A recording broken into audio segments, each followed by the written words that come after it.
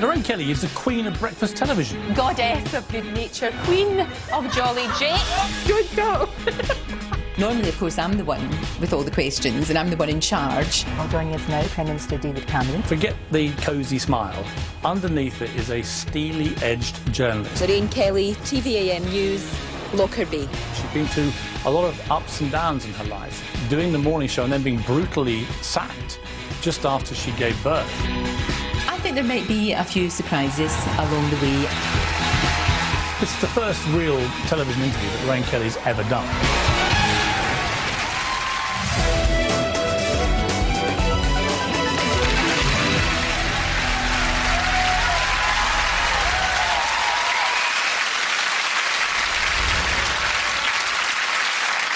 Now, Lorraine, I worked out that you have interviewed over 16,500 people in your career. Wow. So how does it feel to be in the hot seat, finally? It's quite scary, actually, not being in control. I don't know if I like it. I love it. Because the odd thing about you, even though you've done all these interviews, when I tried to check how many times you've done a big TV interview, I don't think you ever have, have you? Never. Never. Why now, other than my persuasive powers? It was your persuasive powers, basically. that was it, I guess. Yeah. But why do you feel, seriously, why do you feel comfortable now about finally talking about stuff that perhaps you've never talked about before? Maybe it's just a thing about getting a bit older and having been around for a long time. It might be probably that, you know, and wanting to share. When you look at your life, what do you think so far of the way it's gone for you? Really lucky to be doing a job that is fantastic. I mean, I know I've been doing it for a long time, but, you know, every day is different. And I'm so lucky to get a chance to interview so many people. And I don't just mean big A-list stars. That's great, you know, of course it is. But, you know, to get to talk to so many different people from so many different walks of life. Have you ever been starstruck? Oh, completely. Genuinely? Oh, absolutely. With who? Well, it's usually, funnily enough, it's usually bands from the 80s. You know, like a-ha came on and I was like a quivering jelly. Harkett. Yeah, oh, stunning, gorgeous. Although he kept his sunglasses on all the time, you know. And I thought I would be really funny and say, is that because the sun always shines on TV? And he just went, no. And people like the Human League came in and I'm all kind of... George Michael came on and well, I heard when you interviewed George Michael, you actually came out in a rash. I did. Is that true? It is absolutely true. What kind of rash? A just sort of red, flushed rash on your chest. How embarrassing. It was mortifying. Robert Downey Jr. was very taken with you. He did admire my bosoms. His exact words were, "You've got really nice tits." Which could have been worse. He could have said, "You've got really horrible ones." You've been on television, it's incredible this, for nearly 30 years. I know. Don't look old enough, Lorraine. God bless you. I checked on the internet, actually. Don't check on the internet. Amazing sites dedicated you. There's one called the Lorraine Kelly Appreciation Society. Yes. What do you think of that? I think it's funny. I think it's quite funny. I take it with, you know, a kilo of salt, but I think it's very, very funny. The headline on their website says, Lorraine Kelly is one of the sexiest presenters on TV, where she gives her male fans a glimpse of her shapely legs and her magnificent cleavage. Oh, that's lovely. Makes you feel all warm inside. Oh, dear. Do you like being a bit of a sex symbol? I don't think I am, for goodness sake. I'm nearly... They do, clearly. I'm nearly 53 and I've got a daughter of 18. I don't think so, but if somebody else thinks so, hell, I'll take that. That's great. Fantastic. There was a poll on the site where 40,000 people voted to see you in your underwear. Do you remember that? Yes, I do. That was a bit disturbing. Did you succumb to their wishes? No. They think they want to see it, but they don't. Now, do you recognise this man? No. OK, let's help you by going a little further down his anatomy. Oh, my... whereabouts is that? That's his leg. Oh, right, OK. Yeah, you are on his leg. Not another part of his anatomy, no. Do you know what? That's actually not that bad. But how do you feel about that guy walking around with you on his leg like that? I think it's quite strange. I don't want to ruin the dream, but he also has Gordon Ramsay on another part of his leg. Which they don't ever rub together, do I would hope not. Did you get, like, dodgy fan mail? I don't really get too many naughty ones, no. What's the naughtiest thing you've had? A photograph of a man without his head and his feet. Wow. Well, he can't take his head, his feet off. He just, you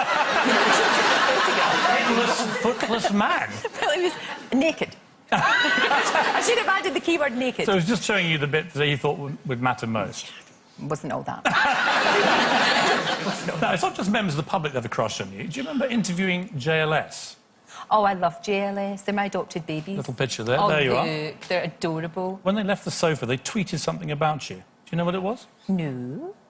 Our cougar crush. We'd heart real Lorraine. Wow. No, that's wrong. They're like my little babies. They're I don't think that's how they see themselves. So if They'd like to make little babies. Totally different thing, Lorraine. Oh, Lorraine, let's take a look at how you became one of TV's most loved personalities. Lorraine Kelly. goddess of good nature, queen of jolly Jake. And a key ingredient in the British breakfast for nearly 30 years. Come on, let's have a Lorraine. You can empathise with her. She's somebody you can trust. I don't think there are many people who can imagine getting up in the morning without Lorraine, if you know what I mean. Give us a kiss. Oh, go on then. Tell me. People don't realise how naughty she can be. Don't stop. No matter who she's talking to, And have you still got your pig? Yes, I do. she makes them feel at home. Well, joining us now, Prime Minister David Cameron. She just does that, hello, like she's just popped in. She just popped in for a cup of tea round yours. She puts herself in the position of the person at home. You're going to make it easier for people to buy their houses. And she thinks, well, what question is it they want answered? If it's such a great idea, why were we not doing this months ago? She looks very, very relaxed. Don't assume she doesn't know what's going on, because she knows more than most. Lorraine first appeared on our screens in 1984, reporting on breakfast television from her native Scotland. Lorraine Kelly, TVAM, Rosyth. There were constant comments from furious viewers. We don't understand her accent. What is she saying? Scotland's secret weapon, the haggis supper. But it wasn't just battered haggis that Lorraine was reporting on. Before she was daytime queen, you know, she was covering the big stories. Lorraine's background and her training is journalism. As TVAM Scottish reporter, it was Lorraine who was first on the scene when Pan Am Flight 103 exploded over the town of Lockerbie in 1988. What was once a quiet border town is now a scene of utter devastation. You can imagine the bodies scattered everywhere, how shocking it must have been. Lorraine Kelly, TVAM News, Lockerbie. But there's no mistaking the fact that she was there. She handled it very well, and you know that put her on the map. Bosses were so impressed with Lorraine's reporting from Lockerbie that just 1 week later, she was presenting on the TVAM sofa. You are watching Good Morning Britain from TVM. I'm Mike Morris. And I'm Lorraine Kelly. From then on, Lorraine firmly cemented her status as breakfast TV's favourite. Oh, it goes with my outfit. But in 1996, Lorraine found herself back in Scotland, reporting on another devastating news story, the Dunblane Massacre. The 13th of March, 1996, was the worst possible day that you could really ever imagine. Gunman Thomas Hamilton had opened fire at Dunblane Primary School, killing schoolteacher Gwen Mayer and 16 children, including 5-year-old Joanna Ross. If you look at this picture here, look at the wee faces, look at those wee angels. Joanna's mum saw Lorraine on TV and decided she wanted to meet her. There was just something sort of personal. You could see that she really cared. How do you get inside the mind of somebody who would do something so terrible? We met and connected and became friends. She didn't think there was anything that she could possibly do or say that would help, but if just speaking to me was what I wanted and I thought that would help, then she was willing and happy to do it. The people in Dunblane embraced her. There was a myriad of reporters who came and talked to them, and maybe some pushing their mics in their face, but here was someone that they could talk to. Her relationship with the families, and particularly with Pam, continues to this day. It wasn't just a relationship formed by a journalist around a good news story. The families of the young victims asked Lorraine to read a poem at a memorial service 7 months later.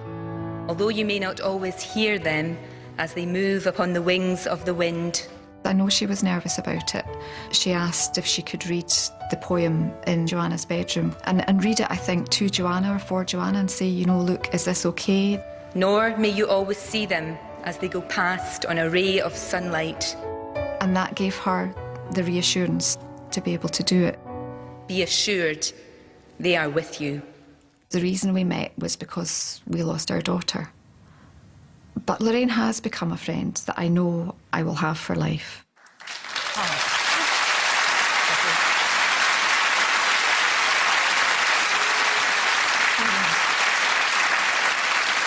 Why do you think that Pam Ross felt that connection with you that she clearly, to this day, has? I don't know, it's one of those, we just really did connect, you know, when I came in and spoke to her, and we just talked and talked and talked for ages, and then Pam and Kenny said, do you want to see her? And Joanna was upstairs.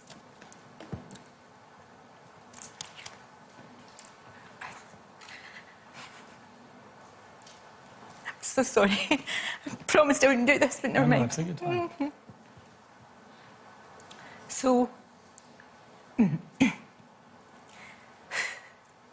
sorry. And, you know, when I saw her, she was just lying there. She didn't look... She just looked asleep. But she was on her bed in a little white coffin with her wee nightie on, and it was just... You know, anybody that thinks it's a good idea to allow anyone access to weapons that can do that should have been in that room and should have seen that little girl. There was a moment on one of your visits, I'm told, when Pam asked you to look at the window. Tell me about gosh, that was... She'd obviously rushed to the window and her handprints were still in the window. And, you know, obviously you're never going to wipe those away. And it was just, you know, it was just brought it home to you so vividly, you know, what they'd lost. And, you know, her whole future, that beautiful child and all of those children.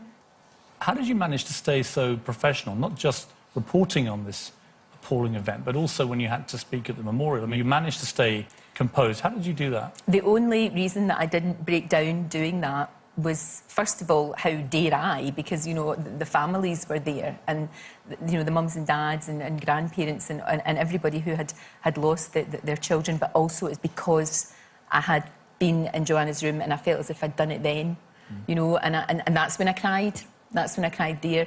And I knew then that I would be all right. You know, it was almost... And Pam said, you'll be fine. Pam saying to me, you'll be fine. I mean, you know, she was comforting me. How crazy is that? She's just such a brilliant, brilliant woman.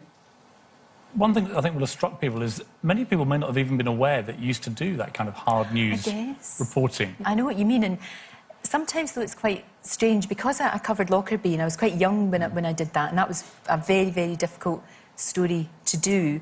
And I still find it quite strange in some ways that it was after that sort of gave me my break. Tell me about the moment you heard about Lockerbie. Where were you? I was at home and I got a phone call from a contact. It was the police had said something's going on. We got there so quickly. We got right up to the nose cone, you know, before they cordoned it off. And the only reason that I think that I didn't just break down, or any of us did, was we had a job to do, but it was just like a disaster film. You know, the rescue services, ambulances, police, with nothing to do because everybody was dead. I mean, they had plenty to do, but there was no one to rescue. It was horrendous. You still get those images? Sometimes it's not so much those images, although they're difficult.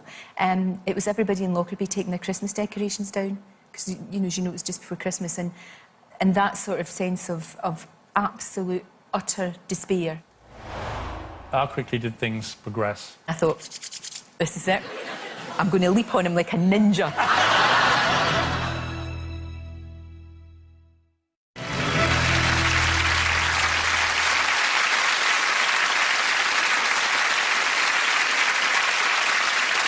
Let's go back to the beginning. You were born in 1959 on a very important day for Scotland, 30th November, St Andrew's Day. Your parents, John and Anne, were just 17 when your mother became pregnant, which was, given the era, a bit of a scandal at the time. Well, not really really, because they got married, Yeah. you know, but that's what you did, you know, if that's what you did in those days. I mean, now it's totally different, but in those days it would have been a great shame if you hadn't got married. And I think they were always going to get married anyway, you know, that was always going to be something that would happen. But your mother's mother, your grandmother, actually didn't like this idea. Wanted your mother to go down to England, or to London, I think, and to put you up for adoption immediately. Yeah, that's right. To avoid any shame coming in on the family. I mean, that must have been a hard time for your mum. Well, I didn't find out about that till years later, and Granny Mac was formidable. She is no longer with us, but a formidable woman. Very, very scary, big, big woman.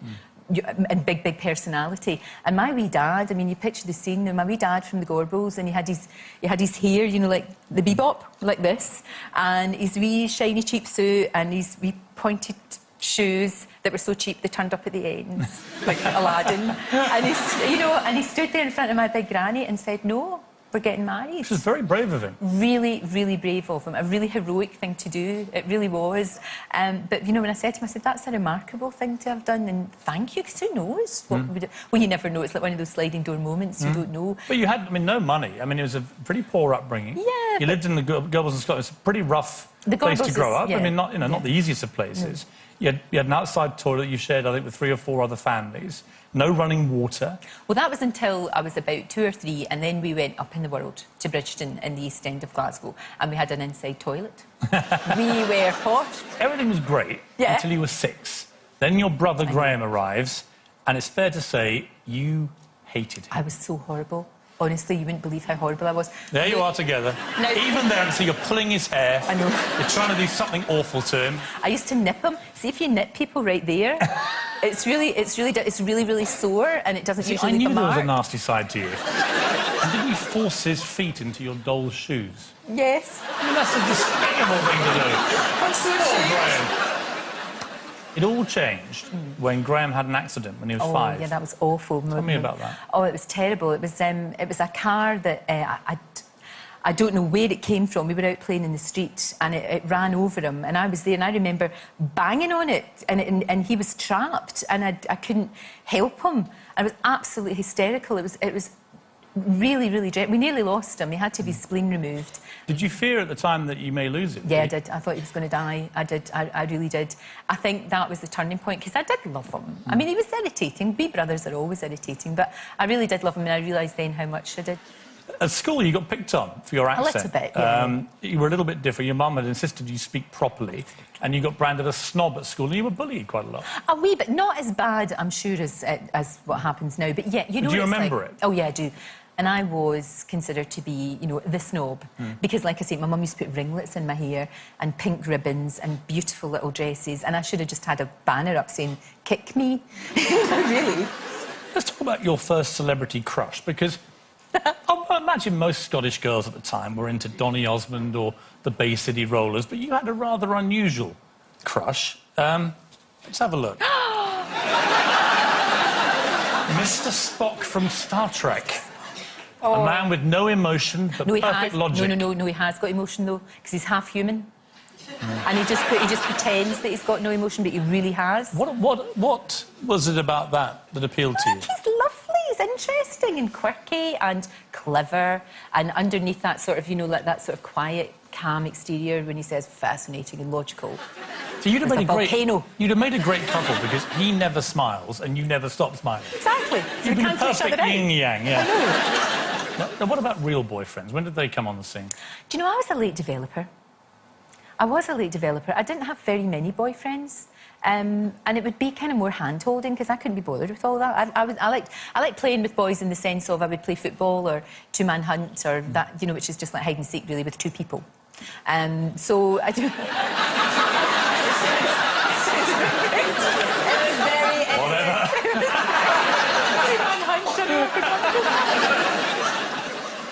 The road to TV stardom hasn't always been a smooth ride. Lorraine was born in Glasgow in 1959, the eldest of Anne and John Kelly's 2 children. The family grew up in a tough part of the city. Lorraine came from a part of Glasgow which wasn't rich. It was tough. Working class families, money was tight. You wouldn't look at it and go, well, that's a very prosperous part of the UK. but we never wanted for anything. By the time she was 17, Lorraine decided on a career in journalism and quickly landed herself a job as a junior reporter at the East Kilbride News. She had this vision of you had to have all these pencils and they had to be sharp, and we found it quite amusing. But good on her, good on her. She really had that determination. And before long, Lorraine saw her name in print. I always remember when she got her first byline. Like all young journalists, the first thing you want to see, your name in a story.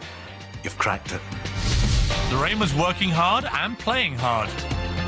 She could handle a drink, which is no bad thing in journalism. She did get this sort of nickname of hollow legs. After 6 years in print journalism, Lorraine decided it was time to spread her wings.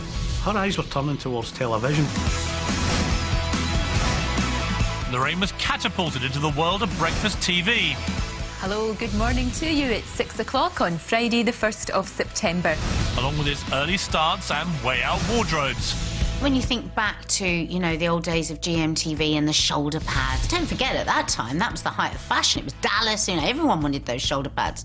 Getting up very, very early in the morning, in fact, in the middle of the night, is tough. We were joking one day in the makeup room. It's not doing much for the sex life. But Lorraine was happily married, and she and her husband Steve were expecting a baby. It's Lorraine's last day before she heads off on maternity leave, you know. Rosie came along and it was making of her, really. You're okay now. Yes, Don't I'm get your fine. blood pressure up or anything here. I'm But good. everybody's whipped round. Oh, my God. We've raised £13.25. Look at this cake. In 1994, Lorraine gave birth to baby Rosie. She planned to take 3 months maternity leave before returning to GMTV. The big news is Lorraine Kelly is a mummy. Yet to change my first nappy, and apparently the first one's a cracker. I think she was still on gas and air at that stage, but you've got to remember how joyous this whole occasion was for her. But just 2 weeks after Rosie's birth, Lorraine received a call telling her she'd been dropped from the show. She was being replaced by former Blue Peter presenter Anthea Turner. Anthea, welcome to the couch. When Lorraine was replaced by Anthea Turner, I think Lorraine felt that upset because she obviously wanted to continue to present the programme from 7 o'clock in the morning, which she was doing at the time. I didn't know that she got sacked until a couple of years ago, and I was kind of shocked because it wouldn't happen today. She would have been very hurt by that. Remember, she was part of the original TVAM presentation team. To think that that actually happened because of me is kind of strange. Do you remember getting the call to say you were out? I do remember getting the call, and I do remember putting the phone down and just thinking, what am I going to do? What did you really feel? Betrayed? No, just really worried. You must be furious, though, weren't you?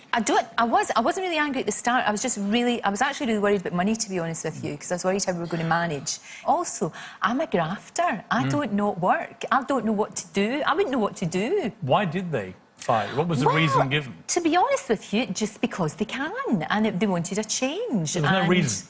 Not really, but then that's what happens all the time. I mean, you know, people... You've not done anything wrong. There was a rumour that you and Eamon didn't get on that great at the time, and that part of the decision may have been him feeling the chemistry wasn't quite right. Do you believe that? It might be. I'd be surprised. It might be. I mean, I certainly wouldn't have been aware that that was the reason.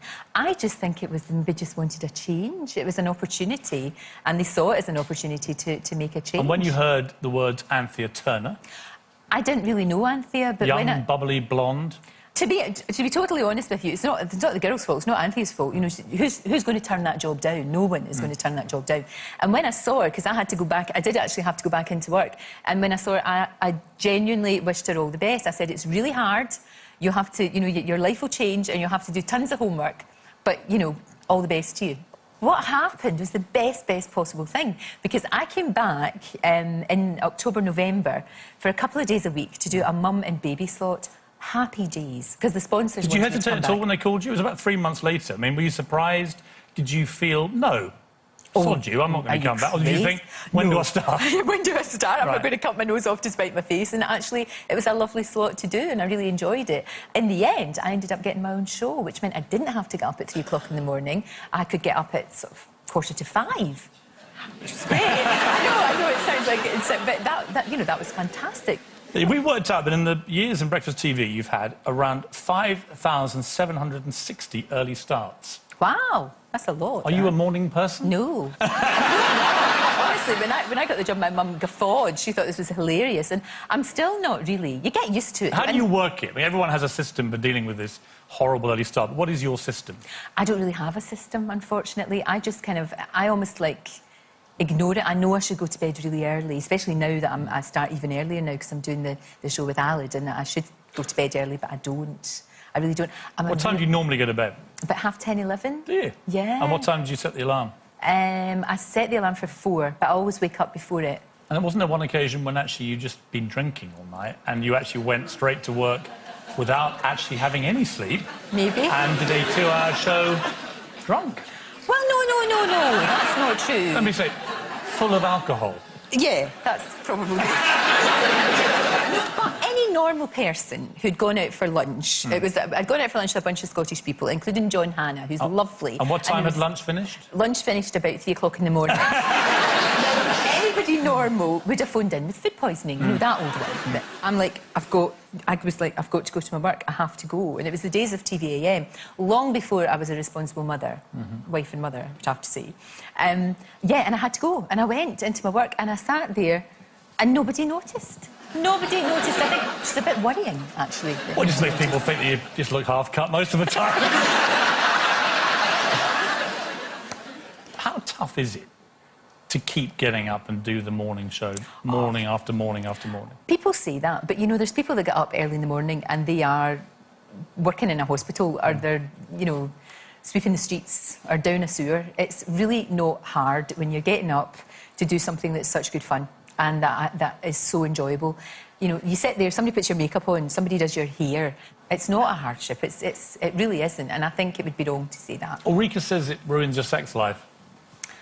I don't think it does. Afternoon delight. I wonder why your husband smiles so much. He's a very happy man. How many times do you have afternoon delight a week? Well, not as often as you would like. We hadn't really told anyone, and for my mum to get a call like that I was very angry about that because she was really distressed.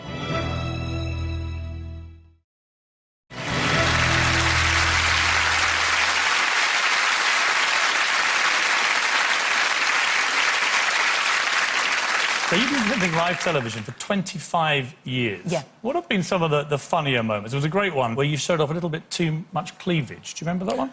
Never. Surely we not. have a picture, I believe. Oh, thank you for that.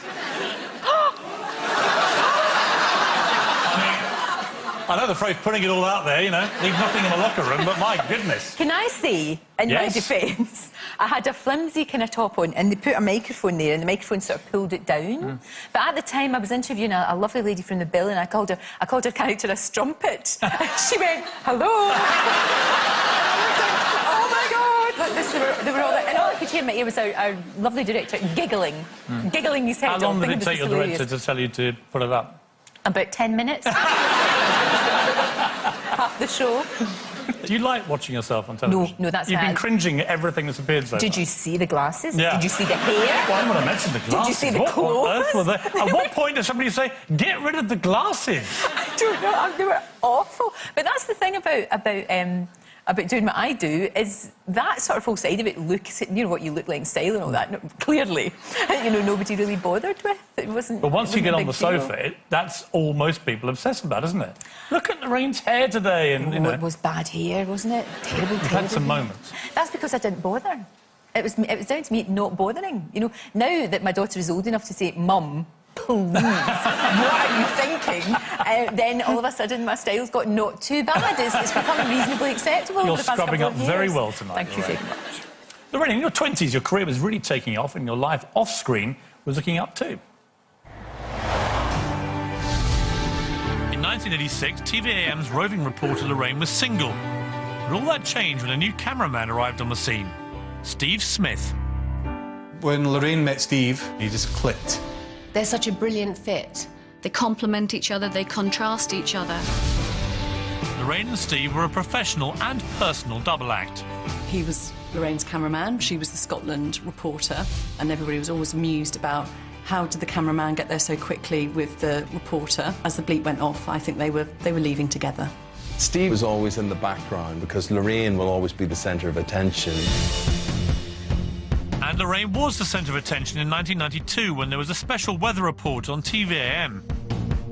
Any long-range weather forecast for that, particularly in Scotland, perhaps? Right, September the 5th. Now, that's a Saturday. That's a Saturday, isn't it? Yeah, September the 5th. I actually think it's bound to be sunny in and around Scotland. I remember being asked to do the weather report for her wedding day. You could just see her almost cringing. Da, da, da, da. Yes, I'm getting married. I'm finally, after 6 years, making an honest man. Oh, shut up. Making an honest man of my Steve. Yes, I will be Mrs. Smith. TVAM turned it into the wedding of the year. Lorraine and Steve got married in a castle in Scotland. She married her boyfriend, cameraman Stevie Smith, in Scotland on Saturday. 5 minutes married and already a kiss there. Doesn't she look wonderful? It's a great dress, covered in teardrop pearls. We were saying, weren't we, Catherine, they could not have arranged it better. Great day. Superb day. And when daughter Rosie was born, she soon made her debut on the sofa. Little Rosie's there in a tartan groy. Must have been about a couple of months old. It was my first appearance on GMTV. She absolutely doted on Rosie. I mean, the light of her life, it was quite something to see. Over the next 6 years, along with her job on GMTV, Lorraine presented a radio show and released her own fitness video. This is fantastic because in 6 weeks I've gone from a size 14 to a size 12. I've figured it out. I hope you can figure it out as well. Here we go. Mums like her because she's obtainable, she's accessible. Men like her because she's quite fanciable. Lorraine is akin to Superwoman almost. But in private, Lorraine and Steve hope to have another baby. They would love to have had more children. In April, Lorraine fell pregnant again. But there were problems. Lorraine had gone into hospital with a lot of pains and some bleeding, and they were very concerned that the pregnancy, there may be some complications. The media found out Lorraine was in hospital. Her mum got a phone call from a journalist to say, well, what do you think of your daughter being in hospital? And her mum and dad knew nothing about it, knew nothing that she was even pregnant. Lorraine and Steve lost their baby. The pain that was sort of etched across her face, you know, it was marked. It was very clear to see that she took a long time to come to terms with the dreadful loss of a very much wanted child. Yeah, it was a tough one. A sad time in your life. Yeah, it was. It really was. And because it was relatively early, we hadn't really told anyone. And for my mum to get a call like that, I was very angry about that because she was really distressed. But I'm really blessed to have my daughter. I mean, I've interviewed so many women over the years who are not able to have children, and, you know, been very, very lucky that, you know, that I have a beautiful, beautiful girl. It would have been great to have... I would have had a football team. It would have been brilliant to have loads and loads of kids. But it just wasn't to be, and we didn't go down the road of IVF or anything like that. We just thought, you know, if it's going to happen, it'll happen. You know, lucky to have one. You had to work as well. Yeah. How did you find that? You can tell from the pictures that you were clearly suffering, but knowing you, the ultimate professional, but... I wanted to get back to work, though. I wanted to sort of take my mind off things, and I probably went back to work a little bit too soon. I think I did. Looking back, I don't think I gave myself enough time, because you're sort of grieving for a future that you're not going to have. You know, you make plans, of course you do. As soon as you find out you're pregnant, you make plans for what it's going to be and what your life is going to be, and your life would change, and that wee baby would be 13 now. And it's quite sad to think that, you know, it would be lovely. Like that? I do sometimes, yeah, especially at that, you know, I do think what it would have been like for Rosie to have a 13-year-old wee brother or sister, or even more, you know. But like I say, it wasn't to be. You haven't had much to regret, it seems, looking at your life, but is the fact you couldn't have more children, that would be the big regret? one. I think the big regret would be that I wasn't able to have more kids. I would have loved more kids. I really would. It just they're a joy, and that's what life is all about. It was like when Rosie was born. I just looked and thought, aha, that's what it's all about. It's just brilliant. Let's talk about Steve. oh, we won't like this. Because he was your burly, rugged cameraman Oh, yes. at TVAM. Was there a moment when you thought, OK, I'm taking this off camera? Kind of, the first time I saw him, yeah. First time I saw him, there was just something, I don't know what it is, but absolutely, but it took us a year. We were friends for a year, which I think is a really good thing. We were pals for a year, and then we got sent to Glencoe. There was a mountain rescue that we covered. We covered it, sent the tapes back, it was all fine. And then we got into a situation with the mountain rescue boys. Really? And they introduced us to Alabama Slammers. Have you heard of these? I'm familiar with their work. Yeah. So we had one or two of them. How many exactly? Oh, I've absolutely no idea. An awful lot. And I thought, this is it. This is it. I'm going to leap on him like a ninja. Whippy. But we were both had far too many Alabama Slammers, so we just fell asleep. Absolutely nothing happened. And then on the Saturday, he took me on our very first date, which was to see Dundee United against Hearts. Oh, the old romantic. I know. What happened? But Dundee United, and I've been a fan of Dundee United ever since. Brilliant team. And, I mean, how quickly did things progress? Oh, pretty quickly. Pretty quickly. There was some slamming not involving Alabama, was Indeed. there? Yes, indeed. Rosie's like, la, la, la, la, la. What is it about Steve? Why was he the one for you? I don't know. He's just thoroughly decent. You know, he really is. He's obviously really fanciable, and he makes me laugh. And he is. I don't know what I would do without him. Did you realise when you fell how bad it was? There was a lot of blood, and I was put in the ambulance. We were there for about 20 minutes trying to stabilise me, and then it was the blue light.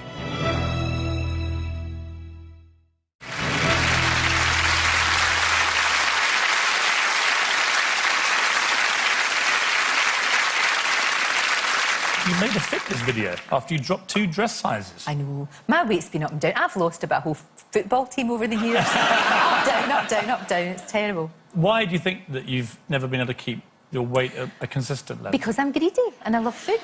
I love food and I absolutely love... For me, you know, one of the joys of life is having friends round, eating like pigs, you know, drinking like fish. What is your real laughing. temptation? What's the thing you can't resist? Anything like curries, anything spicy, anything like that. And it's just... And, you know, it's portion control. I'm not very good at that. Not very good at that. But I have actually been not too bad now. I'm not too bad. I do a lot more exercise now, just sort of walking. Do you care? Fancy. I mean, do you worry about it? I don't really... No, I don't really worry about it. I worry more about health aspect. You know, I don't want to be unhealthy. But I've never been under any pressure, ever, as you saw from the clips, to look in a certain way. Now, your accent, was it was even thicker than this to start with, wasn't it? Behave yourself. I mean, is that No, Isn't it true?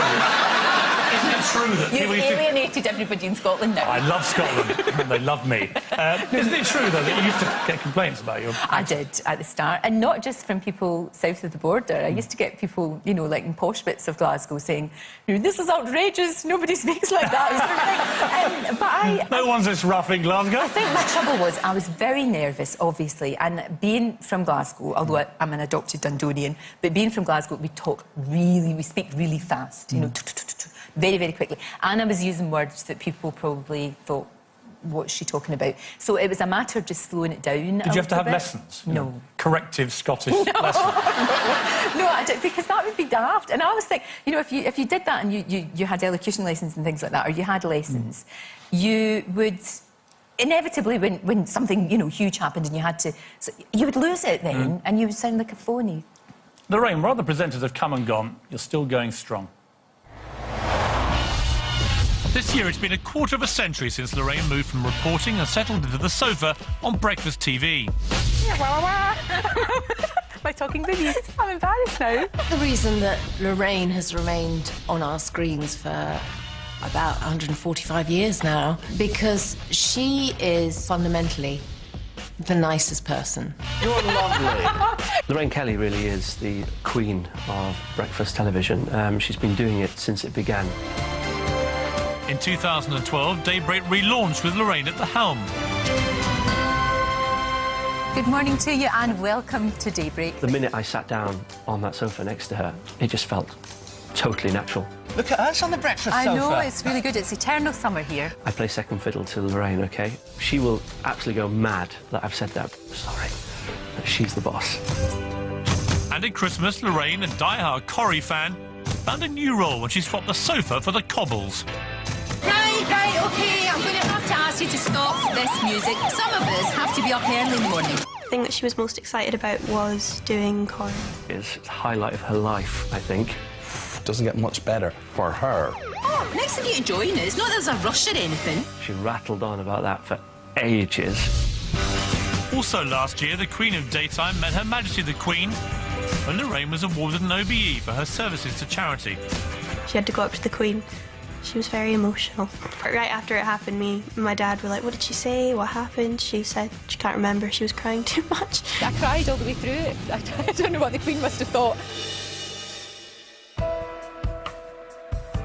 But it was while Lorraine was learning to show jump to raise money for a children's charity in 2012 that she took a tumble.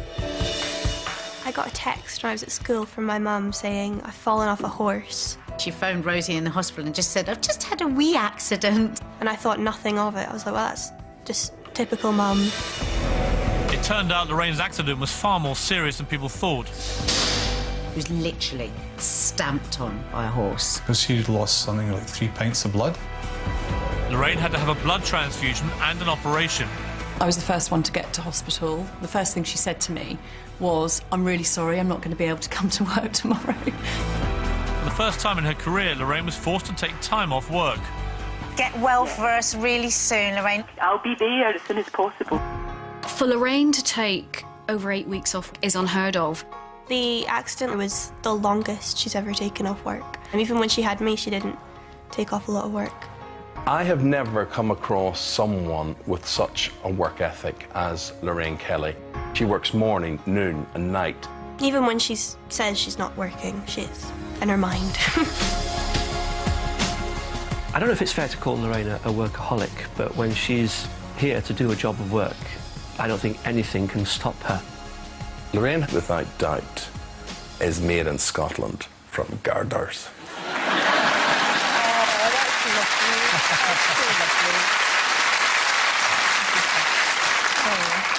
About the horse riding accident. Did you realise when you fell how bad it was? Not right away, but quite thereafter I did, because there was a lot of blood, and I suppose your body goes into shock. When I was put in the ambulance, we were there for about 20 minutes trying to stabilise me, and then it was the blue light, and that's always really frightening. Even when I was getting wheeled into the operating theatre, I remember saying to the guy, can I go back? I know I can't go back to work tomorrow, but will I be all right the day after? And they were going, no. And what were the injuries in the exact injuries? It was, I was, again, really lucky because it just missed my pelvis. I've got a crack. I won't show you the scar because it's too close to my noonie. But it's...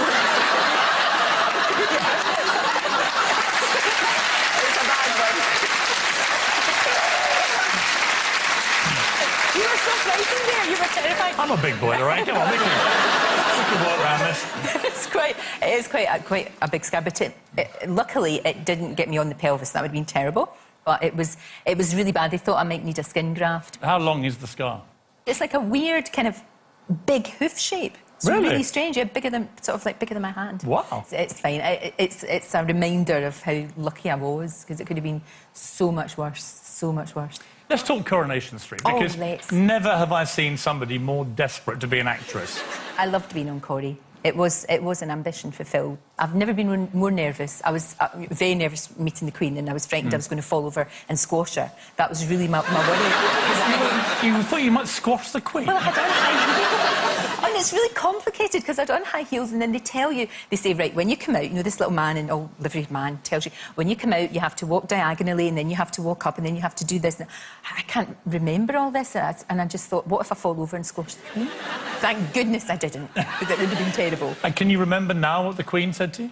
Absolutely no idea whatsoever. I was crying, but she's amazing. It was like the whole of Britain in one person. You know, she was just.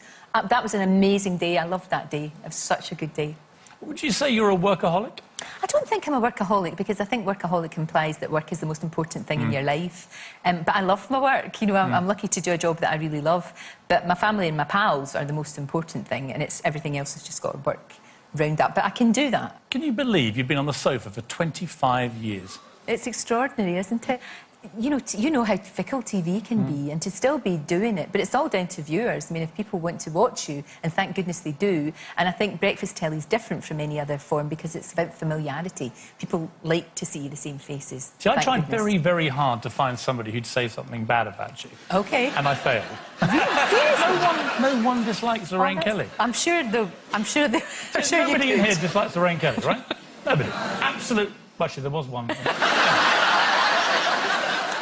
Lorraine Kelly, you're a national treasure. It's been lovely talking to you.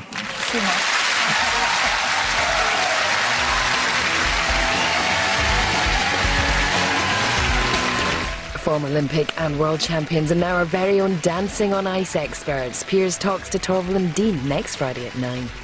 Little Ant and Deck are back, and the big boys go undercover on the Jeremy Kyle show. Saturday night takeaway tomorrow night at 7.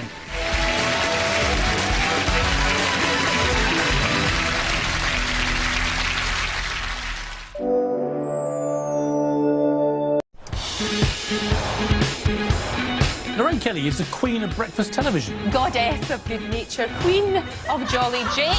Good go. Normally, of course, I'm the one with all the questions and I'm the one in charge. Well, joining us now, Prime Minister David Cameron. Forget the cosy smile. Underneath it is a steely-edged journalist. Lorraine Kelly, TVAM News, Lockerbie. She's been through a lot of ups and downs in her life, doing the morning show and then being brutally sacked just after she gave birth. I think there might be a few surprises along the way. This is the first real television interview that Lorraine Kelly's ever done.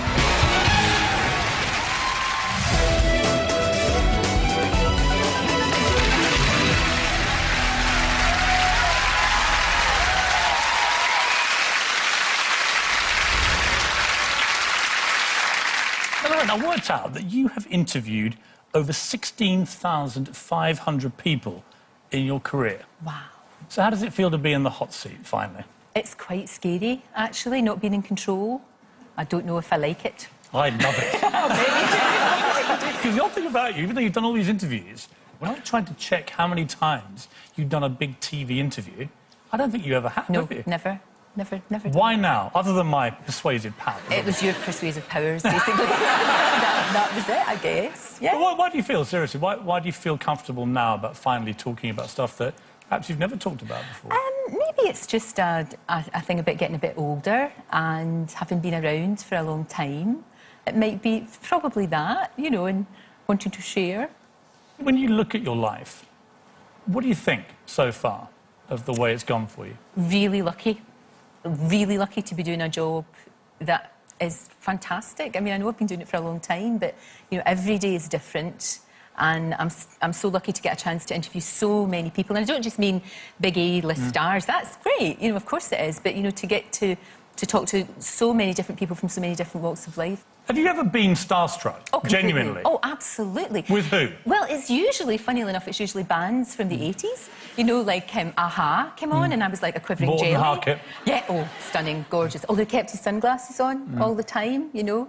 And I thought I would be really funny and say, is that because the sun always shines on TV? And he just went, no. And people like the Human League came in and I'm all kind of... George Michael came on and Well, I heard when you interviewed George Michael, you actually came out in a rash. I did. Is that true? It is absolutely true. What kind of rash? As a sort of red, flushed rash on your chest. How embarrassing. It was mortifying. Robert Downey Jr. was very taken with you. He did admire my bosoms. His exact words were, you've got really nice tits. Which could have been worse. He could have said you've got really horrible ones. You've been on television, it's incredible, this, for nearly 30 years. I know. Don't look old enough, Lorraine. God bless you. I checked on the internet, actually. Don't check on the internet. Amazing sites dedicated to you. There's one called the Lorraine Kelly Appreciation Society. Yes. What do you think of that? I think it's funny. I think it's quite funny. I take it with, you know, a kilo of salt, but I think it's very, very funny. The headline on their website says, Lorraine Kelly is one of the sexiest presenters on TV, where she gives her male fans a glimpse of her shapely legs and her magnificent cleavage. Oh, that's lovely. Makes you feel all warm inside. Oh, dear. Do you like being a bit of a sex symbol? I don't think I am. For goodness sake, I'm nearly... They do, clearly. I'm nearly 53 and I've got a daughter of 18. I don't think so, but if somebody else thinks so, hell, I'll take that. That's great. Fantastic. There was a poll on the site where 40,000 people voted to see you in your underwear. Do you remember that? Yes, I do. That was a bit disturbing. Did you succumb to their wishes? No. They think they want to see it, but they don't. Now, do you recognise this man? No. OK, let's help you by going a little further down his anatomy. Oh, my... Whereabouts is that? That's his leg. Oh, right, OK. You are on his leg. Not another part of his anatomy, no. Do you know what? That's actually not that bad.